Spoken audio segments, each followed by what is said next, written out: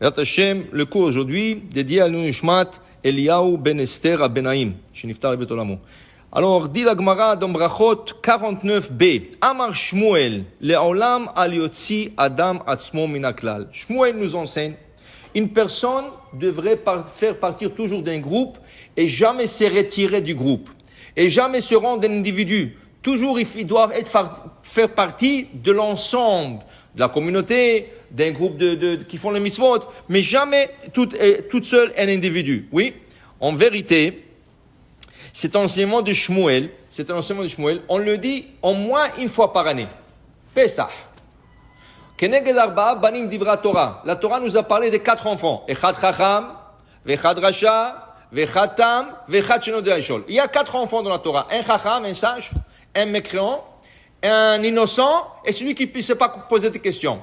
Quelle est la différence entre tout le monde de le mécréant? Le mécréant, il dit, ma avoda azot lachem. C'est quoi ce service pour vous? Et le Tana, il dit là-bas, le fait qu'il a dit, pourquoi vous faites ça, vous? Ça veut dire que lui, il ne s'inclut pas dedans, c'est un mécréant. C'est comme s'il a renié sa religion. Parce qu'il dit vous, et toi, tu n'es pas inclus. Alors, ça, c'est un rachat. S'exclure du public, c'est un rachat. Okay? Alors, il dit ici, Shmuel nous enseigne ce matin dans la Gemara, une halakha à propos du Birkat Hamazon. 3 personnes qui ont mangé ensemble. Dans ce cas, ils ont l'obligation de faire du Birkat Hamazon ensemble. Et ils doivent bénir Hachem. C'est sûr que chacun va faire Birkat Hamazon, mais c'est pas rien que Birkat Hamazon. Maintenant, ça rentre déjà dans une autre catégorie. 3 personnes, ils sont devenus un groupe. Et ce groupe a l'obligation de faire ce que nous appelons les zimoun. Zimoun, ça veut dire, on se met ensemble et on bénit Hachem. Shmuel nous enseigne, Tnan, Bishlosha, Uvehu, Omer, Barechu. Quand il y a 3 personnes plus la personne qui va faire le zimoun, il leur dit, bénissez l'Éternel. Barechu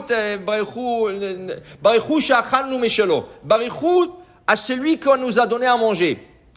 Et Shmuel, il dit, non, mais une seconde. S'il dit Barechu, bénissez, alors il s'est exclu. Alors qu'est-ce qu'il faut? Il dit, c'est valable, mais c'est beaucoup mieux de dire Nevarech sha'achalnu meshelo. Bénissons que nous avons mangé de manger d'Hachem. Alors on dit pas bénissez. On dit bénissant. Quand on dit bénissant, ça veut dire que tu es inclus dans le groupe. Le même exemple qu'on peut donner, que la Gemara, Shmuel nous rapporte de cette Gemara, c'est le matin quand on fait la prière. Ou Arvit, c'est la même chose. Juste avant de commencer le Arvit, ou le matin, à la moitié de la prière, il y a un passage qui dit Barechu et Hashem hamevorach. Bénissez l'Éternel le béni. Okay? Maintenant, ça c'est le Chazan qui s'adresse à un minimum 9 personnes. Moins que 10 personnes, tu ne peux pas dire Barechu.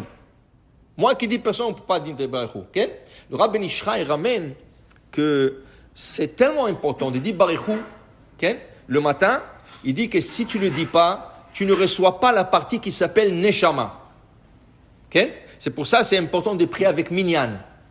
Et puisque c'est tellement important, il emmène le Rav Chida qui disait qu'il y a une braïta, il y a un passage dans le Talmud où il dit Amar Rabbi Akiva, dit Rabbi Akiva, il y a un animal, plutôt c'est un ange qui se trouve dans le ciel, et que cet ange s'appelle Israël. Il se met au milieu du ciel, et il dit, Barechu et Hashem Anvorach, Vechol Gedude Mala, toute la pamalia céleste, tout le groupe céleste, ils se mettent ensemble à dire, Baruch Hashem Anvorach Leolam Vaed. Okay? Alors, en disant cela, tu t'es acquitté de Barechu que tu as raté. Vient le Rav Yosef, il dit oui, mais on ne peut pas dire le nom d'Hachem. On dit Barechu et Hashem Anvorach. Mais on ne dit pas carrément Amonai. On ne peut pas dire le mot Amonai. On dit Barechu et Hashem Anvorach. Ça veut dire que tu peux le dire, mais ce n'est pas tout à fait. C'est mieux d'aller dans un minyan. Mais l'idée est que le Chazan, il dit à 9 personnes minimum Barechu et Hashem Anvorach. Bénissez l'Éternel béni. Mais il a dit bénissez. Puisqu'il a dit bénissez, il s'est exclu. Eux, ils répondent. Qu'est-ce qu'ils répondent, eux? Baruch Hashem Amevorach Lam Vaed. Le Chazan doit répéter. Parce qu'il s'est exclu, qu'est-ce qu'il dit? Baruch Hashem Amevorach Leolam Vaed. Pour qu'eux, lui aussi, fait partie de ce groupe. En d'autres mots, Quand il y a un groupe qui fait une mitzvah, ou quand il y a une communauté qui fait quelque chose, ou qu'il y a n'importe quoi, ne t'exclus pas. Toujours sois inclus dans le groupe, c'est beaucoup mieux.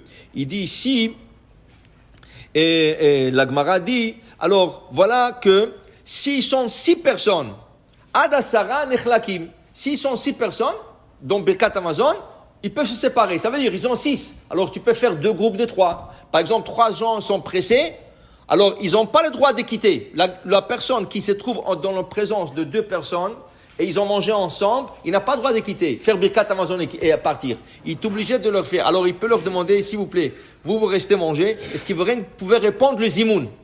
Répondez-moi le zimoun, et moi je vais partir. Ouais. Alors ils sont 6, 3 ils sont pressés, alors qu'ils fassent le zimoun seul, et 3 font le zimoun seul. Ils sont 9, ils peuvent faire 3 groupes de 3, 3. Mais quand ils sont 10, ils n'ont pas plus le droit de se diviser. Pourquoi? Parce que le zimoun prend une autre forme. Dans 3, de 3 jusqu'à 9, tu dis Nevarech Shachanu Mishelo. Mais une fois partir, tu as 10, Nevarech Elokenu Shachanu Mishelo. Il y a déjà le nom d'Hachem qui est inclus dans le zimoun. Alors dans ce cas, ils n'ont pas le droit de se diviser. Ils doivent garder ce groupe qui est de 10. Baruch Adonai Le'olam. Amen ve Amen.